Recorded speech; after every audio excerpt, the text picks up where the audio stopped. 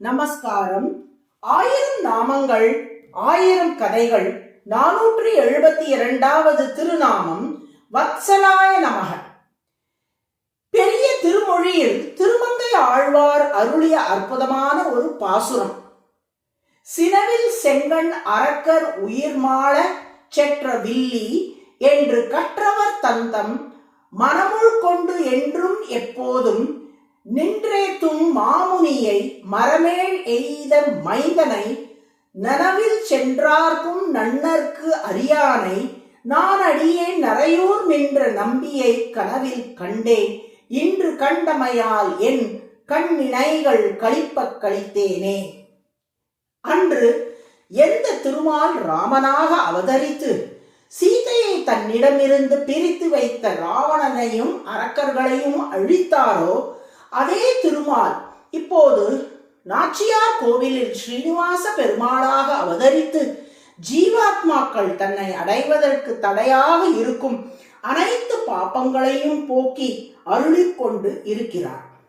தன் பக்தர்களான ஜீவாத்மாக்களுக்கு எப்படி நன்மை செய்யலாம் என்பதை பற்றியே அனவரதமும் சிந்தித்துக் கொண்டு இருப்பதால் முனி எந்நாளும் சிந்தனையில் ஆழ்ந்திருப்பவர் என்று போற்றப்படுகிறார் அந்த ஸ்ரீனிவாச பெருமாள்.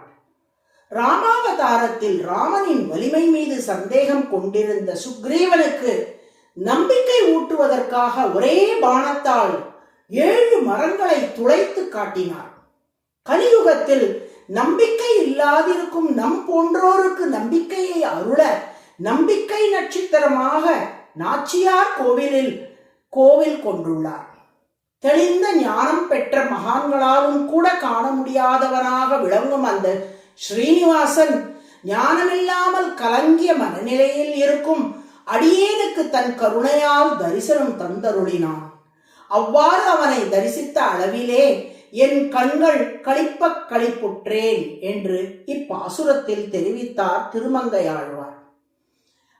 இந்த தமிழ் அமுதை கேட்ட நாச்சியார் கோவில் ஸ்ரீனிவாசன் திருமங்கை ஆழ்வாரிடம் நான் உங்களுக்கு வலிய வந்து இப்படி காட்சி தந்தமைக்கு என்ன காரணம் என்று கூறுங்கள் பார்க்கலாம் என்றார். அடுத்த பாடலை பாடுகிறார் திருமங்கை ஆழ்வார். தாய் நினைந்த கன்றே ஒக்க என்னையும் தன்னையே நினைக்க செய்த தான் எனக்கு ஆய் நினைந்து அருள் செய்யும் அப்பனை அன்று இவ்வையம் உண்டு உமிழ்ந்திட்ட வாயனை. இறைவா, தாய் பசுவின் ஸ்தானத்தில் இருக்கும் நீ உன் கன்றுக்குட்டியான அடியேன் மீது இரக்கம் கொண்டாய். கன்றுக்குட்டி தன் தாயை நினைப்பது போல் அடியேன் உன்னை நினைத்திருக்கும்படி நீயே அடியேனுக்கு அருள் செய்தாய். நான் உன்னை நினைத்ததை விட நீ அங்கீகரிக்கவும் செய்து இப்பேரருளையும் நீயே தந்துவிட்டாய் என்று இப்பாசுரத்தில் பதில் உரைக்கிறார் ஆழ்வார். இதிலிருந்து நாம் அறிவது என்னவென்றால், தன்னிடம் சரணாகதி செய்யும் அடியார்களை தனது கன்றுக்குட்டியாய் கருதி அவர்கள் மீது அன்பு செலுத்தி அவர்களின் மனங்களுக்குள் திருமால் குடிவந்து விடுகிறார். அந்த பக்தர்களையும் தன்னுள் நிலைநிறுத்தி விடுகிறார். திருமங்கையாழ்வார் என்னும் கன்றுக்குட்டி தாய் பசுவான ஸ்ரீனிவாசனை நினைக்கும்படி ஸ்ரீனிவாசன் அருள் புரிந்தார். அதன் விளைவாக அவர் மனதில் ஸ்ரீனிவாசன் குடிகொண்டார்.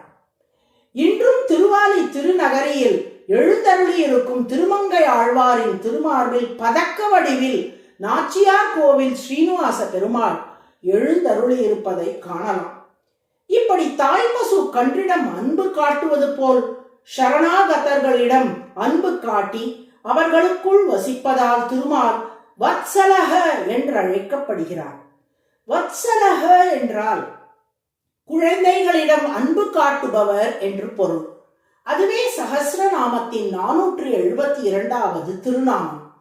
வத்சலாய நமக என்று தினமும் சொல்லி வரும் அன்பர்கள் மீது திருமால் எல்லையற்ற தாயன்பை பொழிந்தருள்வார். நாராயண நாராயண.